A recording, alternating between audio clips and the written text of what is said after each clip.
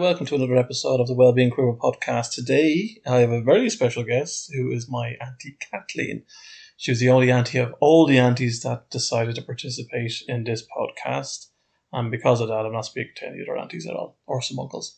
Generally today, we are chatting about Auntie Kathleen's hair dye, her false teeth. No, actually, no, we're talking about loneliness, isolation, and a little bit in relation to public transport.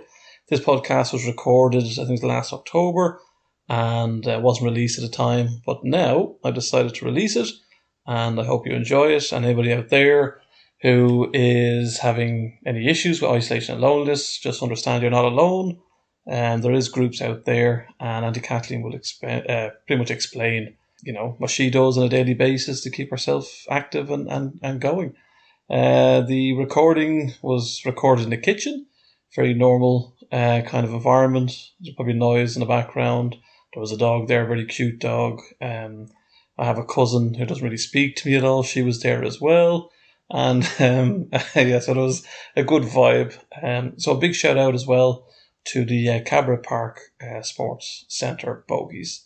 So they do a lot of work within the community. So big shout out to Cabra Park Sports Centre, Bogies, and I hope you enjoy the podcast. If anybody out there in different organisations or committees would like to get in touch and come on the podcast, I'd be delighted to chat with you. So I hope you enjoy.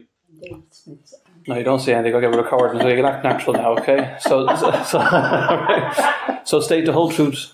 Nothing but the truth shall help your line dancing talk. Okay, what is your name? Kathleen Atkinson. And your age? 88 and a quarter. And your hair dye? No, I don't dye my hair. Okay, and all your teeth yours? Except one. Just one, okay, I don't know about that now. Okay, so Kathleen, so the overview today, pretty much a chat we're having is in relation to loneliness and isolation. Right. So have you any kind of stories of loneliness that you've experienced throughout your life? No. Or you've none whatsoever? No. Okay, why is that? Because I have good family all around me and good friends. And have you anything else in relation to activities that you do or anything that's fun? Yes, I have a Go for Life. It's Age and Opportunity, and it's exercises for the elderly. We're called the Golden Wonders. And on a Tuesday, I do art. On a Wednesday, I do crochet. On a Thursday, I do line dancing. And on a Friday, I'm in the ladies' shed and we do a lot of activities. Right, so this conversation is totally wasted because you're not lonely or you're not isolated at all. Okay, let's just move on quickly. No, so sorry. I'll give him a dig and be going home with no brother. What interview me? I don't go anywhere. So no, let's move on. Okay. You didn't record that, did you? It is all recorded, yeah. So I'll let her know later on. So did you have a period of your life before you did these activities, other than the family? Yes, that you experienced your work? So what did you do? I was a cook. What type of cooking did you do? All sort of cooking. I cooked for the Gardaí in Harvard Square Detective Agency. Oh, very good. And anything specific you'd like to? For 6 years. Okay. And then I left there. I went to work in the Sancta Maria Day Centre for the elderly people, and I cooked there. And I was there for 6 years. Left there, I went up to Holy Family House and cooked for the nuns for another 6 years. And then I retired. Right, what age did you retire? 60. 60. And were you happy when you retired? Oh, yeah. Why? Because I had loads of activities. Because it's getting very Michael Parkinson now, isn't it? Because I have loads of activities to do. But did you plan or pre-plan those activities before you retired, or did you just kind of naturally fall into them? Some of them. Some of them. I was in the Sancta Maria Ladies Club. That was the only thing I was in before I retired. Right. And then when I retired, all these activities came up and I joined them all. One activity leading to another activity in terms of connection-wise. Yeah. So did that help the process? Yes. It's all in the centre. Right. And group-wise, how many would be in the group when you go out? And talk us through a normal day. Yeah, well, in the Golden Wonders group, sometimes there's 20, sometimes it could be more. And in the art, there's 15. In the crochet, there's 20. In the line dancing, there could be up to 40. Right. And in the women's shed, we go on a Friday afternoon, so there's only about 20 then, but altogether in the women's shed there's 200 Right. people. And what is the women's shed for anybody who doesn't know what a women's shed is? It's sewing, painting, crochet, story writing, all different activities that you want to do. And you want to do, you can go down there and you can do it. And how do you sign up for these? I mean, are these advertised in the local areas? Or One tells the other. One tells the other. Yeah. But if somebody didn't know anybody specifically that was in that kind of group, how would they find out? Well, it's advertised on the church grounds, and in the church, and as I say, one tells the other. Right. That's the only way I know that these things are confirmed. Or sometimes they're on WhatsApp. Oh, so you're on WhatsApp yourself? Oh, yes. I'm on so WhatsApp. Irrelevant what age you are, you should be on WhatsApp. Of course you should. You should? Okay. Yeah, of course you and should. did you go to classes to learn the technology side of WhatsApp, or was that pretty much part of your background because of the family? Did they introduce it, or you did it yourself? I went to classes for computer. Right. And I learned all about computer. And then, of course, from computer then, Here you ran. computer then, I went on to the phone. And what I learned on the computer, I could do on the phone. Now, the grandchildren helped me with setting up different programs, Right, okay. But otherwise, grand. How do you feel if somebody kind of puts you in a stereotype that you're an age bracket and that kind of life kind of stops? What would you say to anybody to say, like, kind of if they're feeling like 60 or 65, they might be retiring, they might feel there's nothing really out there. What would you say to them? All they have to do is get up every morning, thank God they're up and they can get out. And if you talk to people, one tells the other what's going on in the town, and that's how it goes. Right. And the cost-wise, are these activities, are they free? Do you have to pay for them? Or how does that work? Well, Go for Life, that's the games. That's €2. €2, okay. And the art is €3, and the art goes towards the money for the teacher. Right, okay. That's all. And then on a Wednesday, then the crochet is €3 as well. So the person that's over that brings us out for dinner now and again. All right, out of that money. And then on a Thursday, then it's the line dancing, and that's €5 to pay for the teacher. Pay for the teacher. And as a line dancing, do you find it quite strenuous, just in case anybody there's wondering? Oh, it's fabulous. All abilities, all fitness levels. Fabulous, yes. Right, fabulous, okay. Yeah. We were in 2 nursing homes in July and August. We were in 2 nursing homes entertaining. Right. And we were in St. Anne's Park, entertaining in St. Anne's Park. And Christmas, we've 2 more nursing homes to go to entertain. Oh, okay. And is there any hunky men in any of these activities? I had one man, but he was too embarrassed because there was too many women and he left. Oh, seriously? Seriously. Right, what happened? Was he intimidated by the women, or? And he was with his wife, but he just felt that there was too many women. Right, but there is clubs out there that. Oh yeah, mixed there's a and- men's shed and all down in Cabra in the GAA club just down the road. Right. So there's that for them, and there's things going on now at the moment in the library. This week is all to do with the history of the famine and different things. So there's loads going on now this week alone in Cabra. So but these be all over Ireland, would they, or Dublin, or is it just specific to certain areas? At the moment, Cabra. Right. Each area has their own program. Right. So we do this. Do you think over the years that, other than having to live with your awful family, does she's in here beside me, sorry. Actually, who's your favourite nephew? Rory. I'm sorry. But who's your favourite nephew? But do you think over the years that has actually helped, say, your positivity, your outlook, your mental health, and all type of stuff? You actually look forward to getting out and getting up in the morning and. Definitely. Oh yeah. Only for them and only for my family and my friends. I don't think I'd be as live as I am and fit as I am today. Right.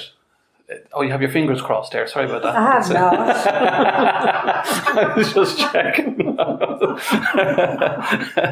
Is there anything, if anybody's listened to this, that, as I said before, like if they wanted to start something, even of their own kind of group or activity, what would you say to them to get started if they kind of have an idea? So maybe it's not line dancing, maybe it's cooking. Get in touch with somebody that's already doing the work. Right. And they'll give them the information where to go and what to do. Because there's loads of activities going on in Cabra and half the people don't even know what's going on. Right. So for the line dancing, I'm interested in this one. What's a typical day for the line dancing? Thursday. Thursday, but what is the typical day? So when you go in, what do you do? Well, I go in, I collect money. Oh, okay. I can see that. The house looks really well lately. Yeah. I collect the money, and then when all the group is in, then I go in and I start doing my line dancing with the group. Right. And is there any health requirements? I know I've mentioned this before in terms of, is there anything that you have to sign waivers and stuff like that? Pretty much if you go in... when you go in to join in the centre at all, you sign your form and that covers the whole lot. Right. The one form covers the whole lot. Okay. The how does your family think of you doing all this type of stuff?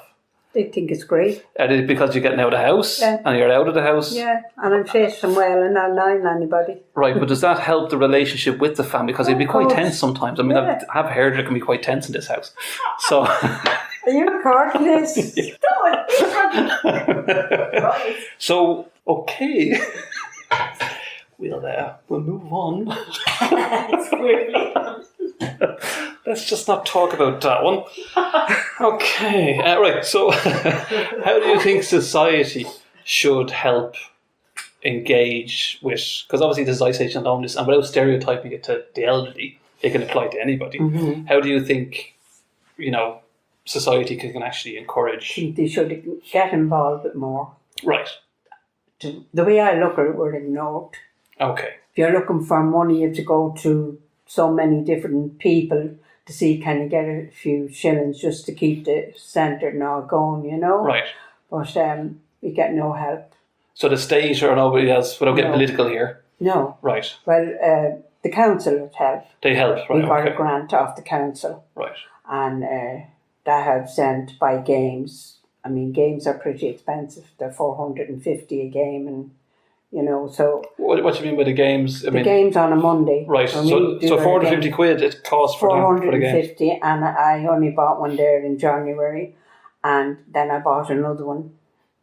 That one was only $220. That was only a small game, but the big games are over $500. Right.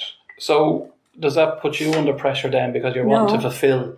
I mean, if you didn't have the money, what would you do then? Without. You just do without Yeah. it? Oh, okay. Because there's plenty more to do, You can say it. You can say it. Come on. No, she does Fundraising. fundraising. Right, okay. So you're... Yeah. I was going to say that. Yeah. Aye. We'll keep this in. It'll be a great bit of argument. Well, yeah, argy-bargy, yeah. That's what you do. You raise... Yeah, I have raffles and do different things for... But that's not for the games, that's for charity. No, but even with that, that's part of the isolation and loneliness thing because you can still get involved in charity and fundraising. Well, I collect people, neighbours and friends are very good for giving me presents that families have given them and they don't want, and then I have a raffle then around... Like the 60-inch television in the living room? No, I can't My do joke, that. sorry. And around the end of the PlayStation 5 digital version? Around the end of October. Check the accounts. Are you That's recording. Is he listening to me, Anna? What is he doing? I am. I'm listening to you. Go on. Go home and get his mother and father. Go on. Go. God. Sorry, you can blame your door. I collect presents and things people get for Christmas. Right. And they give them to me, donate them to me. And I have a raffle over in the centre, Cabra Park Centre, the end of October. Right. And I usually make about 700 or 800. Oh, wow. Euro. Okay. And then people donate money to me. And the last year it was 1,550. Oh, very good. And then I crochet a lot of comfy blankets and hats.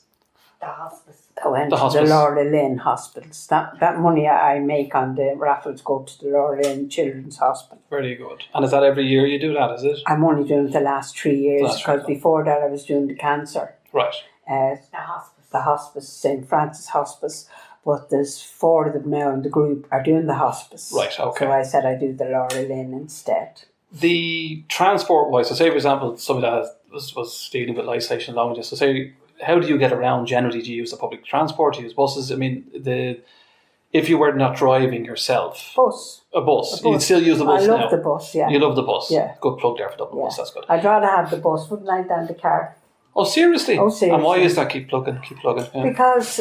Keep going, Dublin bus on the side. It's great. You can get up on it and they're comfortable sitting in the seat. And, right. you know, I find it's more comfortable for me since I had my 2 hips operated on. I find it's better getting into a bus. I don't struggle getting into a car. Right. And it's because you like the poles for dancing? No, okay, fine. Oh, yeah, I could do the dancing around the poles as well, yeah. Okay, get your money in for the line dancing. Just to have it at home. Just really I'm going to ask, let me see. Okay, so for the years ahead now, what pretty much any hopes or dreams that you might still have that you'd like to fulfill? Anything you'd like to do? Anything you haven't done so far? Or even yourself as an individual, what would you like to do? I think I've done it all. Has she done it all? No, you'd like your helicopter ride. Oh, you want to do a helicopter ride? Are you mad? I mean, of course, that's a lovely thing to do. Oh, wonderful. Yeah, but So very safe there, yeah. The COVID came, and when that's what I'm telling you, the girls over in the centre gave it to me for my birthday. Right. And the COVID came, and when the COVID came, that was knocked on the head. Okay. And after COVID, we kept ringing up to make inquiries when I could go and have my trip. Right. And each time we rang, they said, sorry, there's nobody here to take your call. And the usual stuff. So okay. I didn't get to do my helicopter ride. So anybody out there that wants to give Kathleen Axon, no family to me, Auntie Kathleen to others, little helicopter ride for Christmas. Christmas is coming up. Obviously because I'm your nephew, but without being conflict of interest here, who is your favourite sister? Okay, Esther. So who's your least favourite? Okay, there's a long list here. But how do they cope? I mean, are they the same as yourself going out and about, and will they be doing the same things as you? No. Why do you think that is? So this is interesting now from the far side of it. Yeah. Why do you think they don't want to do it? They still have their partners. They still have their partners. Partners, you see, so they go everywhere with their partners. Where the likes of me, I'm on my own, and right. I can do and go where I like. You know. So. Sorry about the background noise. It's just somebody's playing with a dog. I do apologise about that. Sorry about the background noise. Yeah, so you can go where you like. And have they seen what you've experienced, and do they feel kind of, I say resentful? What's probably the best word to use? Jealous. Would they be kind of jealous that you're out and about and you're doing your bits and bobs? No, not at all. No, loads of praise, saying they're very proud of what I do, and no jealousy whatsoever. So can I ask you about your earrings? My sister Sarah bought them for me for my birthday. And she is the 6th least favourite. Okay, the last question. What do you want to say to anybody out there that may be struggling at the moment? Maybe they've lost a loved one, they're grieving. Maybe they're just fed up with life. No matter what age they are, what would you say to them to kind of get out there, connect with other people? And talk to people. Talking to people is the best therapy going. Go to the shops. You'll always meet somebody in the shops, and you can stand and talk to them, and might give you a bit of advice what to do and where to go. Like to join all the games. Anybody I meet down the shops and say, what are you doing now? I'm going over to do such a thing in the centre. Oh, I didn't know that was on. They're just like, I met 3 people last week, and the 3 of them joined the line dancing this morning. Right. Okay. So it's just talk to people. Right. Do you think as well, that probably sounds a bit silly, but do you find public transport has changed with the interaction over the years? Oh, definitely. Do you find there's not much interaction anymore with the passengers? Like to make that connection, I mean. Well, sometimes you would say hello, you say goodbye. Yeah, you get on the bus now and all you see is the mobile phones. Yeah. And nobody is talking to themselves, to one another. Right. That's the way I find it, And usually sometimes you get on the bus and the busman would be really jolly with you, but now I think it's all business. Right. But how do you think they would change that? Do you think there'll be is there any initiative they could probably do to kind of encourage engagement with passengers? Could they do anything? Well, they can't really, No. because the situation now with people getting on the bus, they're not like us years ago. No. You know, the young people just get on and their phones, and if you say good morning, you get a grump. Right. That's all, you know. That's usually me. So with the phones, you said they're getting on with the phones. Is there a way that you think that the phones could be used like positively? I mean, could they be used for connecting? Well, if I said stop the phones on the bus before. No, I don't think so. No, I think you can probably relate to that. I think even when you're talking, sometimes they have headphones on and stuff like that. And they don't hear you. They don't be engaged. Yeah. It's just like, I'm on the bus, I want to go where I need to go. Yeah. And don't bother me. So I suppose that's I'd often meet now one of my old friends and we go on the bus. What's going on? Yeah. And I say, it's the youth. That's the way the youth are now, you know. They're like that now, so. Is there anything you wish or you would like to share as the last question? So generally, anything that you think is appropriate that I haven't asked, which may be of help, or anything you'd like to share, maybe experience or something like that? What do you think? Start talking to the young people. Don't ignore them, because I think a lot of young people out there need help. Okay. And they're looking at that phone too much and they're taking all in off the phone. And I think that's why so many are committing suicide. That get out there, although you're old, get out and talk to the young people. Okay. Anytime I see them, I always say hello and how are you and all that. So over there now, it's great. Right. And they're all young and they're very, very helpful. Well, That's thanks a lot to Kathleen Atkinson for time today, and Auntie Kathleen to most.